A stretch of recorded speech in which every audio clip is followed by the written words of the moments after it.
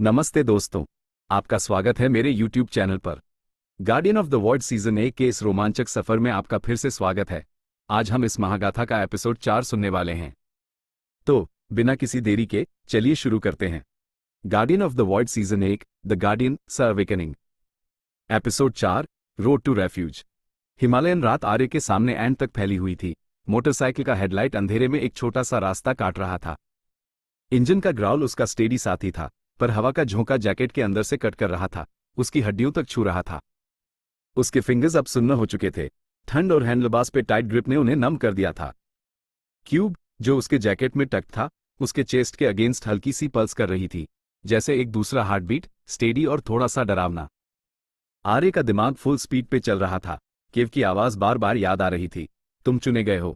चुने गए किस लिए? भागने के लिए? छुपने के लिए? या इस चीज को संभालने के लिए जो ऑलरेडी उसकी जिंदगी को नाइटमेयर बना चुकी थी? उसने सर झटका, रोड पे ध्यान देने की कोशिश की। ट्रेल पहाड़ से नीचे एक खुरदुरा निशान थी, आइस से स्लिपरी और लंबी पाइन ट्रीज के साए में छुपी हुई। हर कुछ मिनट में वो शोल्डर के ऊपर देखता, हाफ एक्सपेक्टिंग क्रिल लोग जंगल से निकल पड़ेंगे, उनके काले गियर रात के साथ घुल मिल जाएंगे।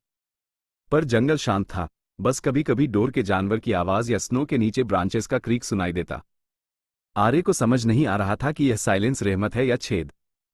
क्यूब की ग्लो जिपर से बाहर निकल रही थी, बाइक के कंसोल पे हल्की ब्लू रोशनी डाल रही थी। उसने इग्नोर करने की कोशिश की, पर उसकी गर्मी जिद्दी थी, जैसे जिंदा हो। अब तुम गार्जियन हो, विशन में आवाज ने कहा था। इसका प्रोटेक्शन करो, नहीं तो सब कुछ बिखर जाएगा। ये बातें उसके दिमाग में चिपक गई थी, भारी और मिस्टीरियस। आर्य कोई गार्जियन नहीं था, वो तो कोडर था, बग्स फिक्स करता था, फ्रीलांस गिग से अपना खर्चा चलाता था। उसने ये सब चूज नहीं किया था, पर क्यूब ने परमिशन नहीं मांगा, उसने चुन लिया था। उसका पेट घूम गया। शायद वो इसे छोड़ सकता था, स्नो में फेंक कर चुपके से निकल सकता था, किसी और को यह मेज संभालने दे। पर जैसे ही यह ख्याल आया, उसे पता चल गया यह मुमकिन नहीं। क्यूब अब उसका हिस्सा बन चुकी थी, उसकी प्रेजेंस एक डोर जो वो तोड़ नहीं सकता था। और क्रिल, उन्होंने उसका चेहरा देख लिया था। वो पीछा छोड़ेंगे नहीं, क्यूब हो या ना हो। ट्रेल थोड़ी वाइड हो गई और ट्रीज कम हो गए जब स्लोप वैली में फ्लैट हुआ। आर्य का फोन केव से बिल्कुल बेकार था, पर उसने रामपुर तक का रास्ता याद कर रखा था, वह आखिरी टाउन जो क्लाइंब से पहले आता है। वहां से वो विक्रम की शॉप तक पहुंच सकता था फुटहिल्स में। विक्रम एक फिक्सर था, हाफ मैकेनिक हाफ जुगाड़ू, जो लोगों को जानता था, जो चीजें समझते थे। अगर कोई इसका मतलब समझ सकता था तो वो विक्रम ही था। आर्य को बस वहां तक रीच करना था विदाउट फ्रीजिंग या पकड़े जाने के। सुबह की पहली किरण हॉराइजन पे दिखाई दी, आसमान को थोड़ा सा पर्पल रंग दे रही थी। आर्य के मसल्स दर्द कर रहे थे, आंखें थकान से भारी, पर डोर से चिमनीज का धुआं देखकर उसमें जान आ गई। रामपुर नजदीक था। उसने थ्रोटल धीरे किया जब ट्रेल ग्रेवल रोड से मिल गई। बाइक के टायर्स फ्रॉस्ट पे क्रंच कर रहे थे। टाउन छोटे पत्थर के घर और बंद शॉप्स का एक स्लीपी सा ग्रुप था। सड़कें खाली थी एक्सेप्ट एक आवारा कुत्ता जो कचरे में मुंह घुसा रहा था। आर्य ने एक टूटी दीवार के पीछे बाइक पार्क की, इंजन ऑफ किया और सीट के अगेंस्ट लेट गया। उसकी सांस ठंड में धुआं बन रही थी।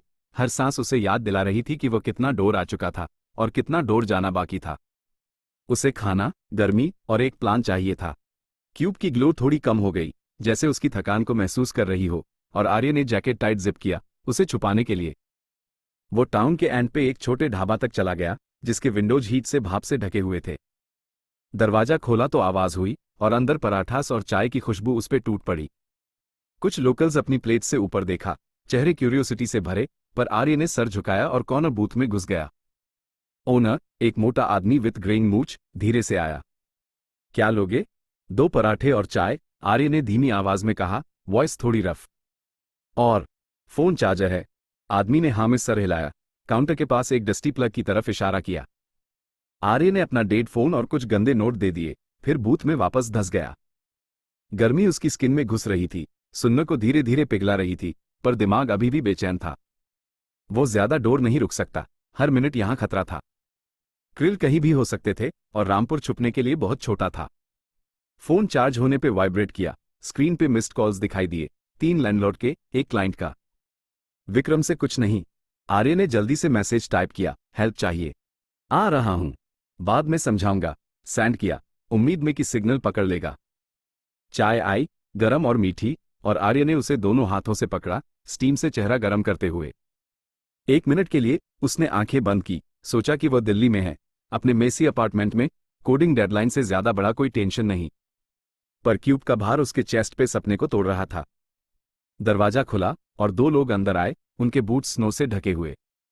उन्होंने भारी कोट्स और वूलन टोपी पहनी थी, पर उनकी तीखी, चौकस नजर ने आर्य को टेंस कर दिया। वो सीट में छोटा हो गया, दिल की धड़कन तेज। एक ने उन्हें से कुछ बड़बड़ाया, जो पीछे की तरफ इशारा किया। लोग विंडो के पास टेबल पे बैठ गए, आवाजें धीमी। आर्य ने कान लगाया, कुछ सुनने की कोशिश की। Tracked him. Bike. Not far. उसका खून ठंडा हो गया। क्या ये क्रिल थे या बस लोकल्स? रिस्क नहीं ले सकता। उसने पराठे जल्दी खा लिए, टेस्ट भी नहीं लिया, और फोन अनप्लग किया, टेबल पे थोड़ी एक्स्ट्रा रुपये छोड़ दिया। ओनर ने सर हिलाया जब वो बाहर निकला, ठंडी हवा उसे एकदम जगह पे लाई। लोग पीछे नहीं आए, पर आर्य के नर्व्स चिल्लाए कि भाग। वो बाइक तक दौड़ा, इंजन थोड़ी लड़खड़ाकर स्टार्ट हुआ। रामपुर से बाहर का रोड ग्रेवल और कीचड़ का एक लंबी सी पट्टी था, खेतों और छोटे फार्म्स के बीच से गुजर रहा था। आर्य ने बाइक को तेज भागया, टायर्स लूज पत्थर पे स्लिप कर रहे थे, आंखें मिरर्स पे चेक करती रही। कोई पीछे नहीं था, एटलीस्ट जो वो देख सकता था। पर वॉच्ड होने का एहसास उसे छोड़ नहीं रहा था, एक साया जो हट नहीं रहा था। सूरज ऊपर चढ़ गया, फ्रॉस्ट को चमकती बूंदों में बदल रहा था। आर्य के ख्याल दादाजी की तरफ चले गए, वह आदमी जो उसके बचपन को छुपे खजाने और भूली हुई राहों की कहानियों से भरा था। पहाड़ राज रखते हैं, आर्य। चीजें जो हम ढूंढना छोड़ देते हैं। उसने हमेशा सोचा ये बस बातें हैं, एक बूढ़े सपनेबाज की बकवास। पर अब क्यूब उसके चेस्ट पे गुनगुना रही थी, वह कहानियां चेतावनी या भविष्यवाणी लग रही थी। दादाजी कई साल पहले गायब हो गए थे, एक राज के पीछे भागते हुए। फैमिली ने कहा वो पहाड़ों में गए और वापस नहीं आए, स्नो या अपने जुनून में खो गए। आर्य ने उनके लिए दुख किया था, पर कहानियों पे कभी विश्वास नहीं किया। अब उसे यकीन नहीं था। क्यूब, आवाज, क्रिल, सब कुछ जुड़ा हुआ था, और दादाजी वह धागा थे जो सबको बांध रहा था। रोड वैली में नीचे गया और विक्रम की शॉप नजर आई, एक छोटी टिन की छत वाली बिल्डिंग जो स्क्रैप मेटल और आधे रिपेयर हुए कांच से घिरी थी। आर्य में राहत भर गई जब उसने बाइक को रोका, इंजन बंद किया। शॉप का दरवाजा खुला था, टूल्स की हल्की आवाज अंदर से आ रही थी। वो बाइक से उतरा, पैर थरथरा रहे थे, और अंधेरे इंटीरियर में कदम रखा। विक्रम वर्कबेंच पे झुका हुआ था, दरवाजे की तरफ पीठ करके, कार्बोरेटर से लड़ते हुए खुद से बोल रहा था। उसने ऊपर देखा, चेहरा एक बड़ी स्माइल में खिल गया। आर्य, सोचा तूने घोस्ट कर दिया, भाई। स्माइल धीमी पड़ गई जब उसने आर्य की हालत देखी, गीले बूट्स, फेडेड चेहरा, आंखों में डर। तू तो बुरा हाल लग रहा है। क्या हुआ? आर्य ने मुंह खोला, पर बातें उलझ गई। कैसे समझाए? सिग्नल, केव, क्यूब, आवाज, ये सब पागलपन लगता था। इंस्टेड उसने जैकेट खोली, क्यूब की हल्की ग्लो दिखाई। विक्रम की आंखें बड़ी हो गई, और वह पास आया, हाथ रैक से साफ करते हुए। यह क्या है? पता नहीं, आर्य ने कहा, आवाज धीमी। पर इस वजह से वो मेरे पीछे हैं। विक्रम की नजर दरवाजे की तरफ गई, फिर आर्य पे वापस। कौन तेरे पीछे है? लोग। खतरनाक लोग। आर्य ने सांस ली, सबका बोझ उस पे दबा रहा था। मुझे तेरी हेल्प चाहिए, विक। मुझे ये समझना है बिफोर वो मुझे दोबारा ढूंढ लें। विक्रम ने क्यूब को घूरा, फिर आर्य को, कंफ्यूजन से डिटर्मिनेशन में बदलता हुआ। ठीक है, उसने रैक साइड में फेंका।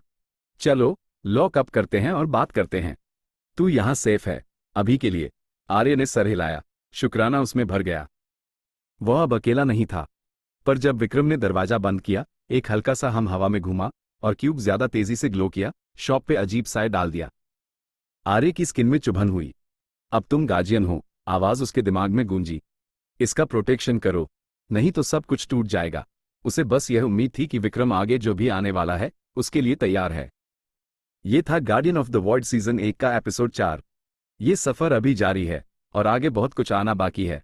गेट टाइम आउट को सब्सक्राइब करना न भूलें और ऐसे ही रोमांचक एपिसोड्स के लिए हमारे साथ बने रहें। धन्यवाद।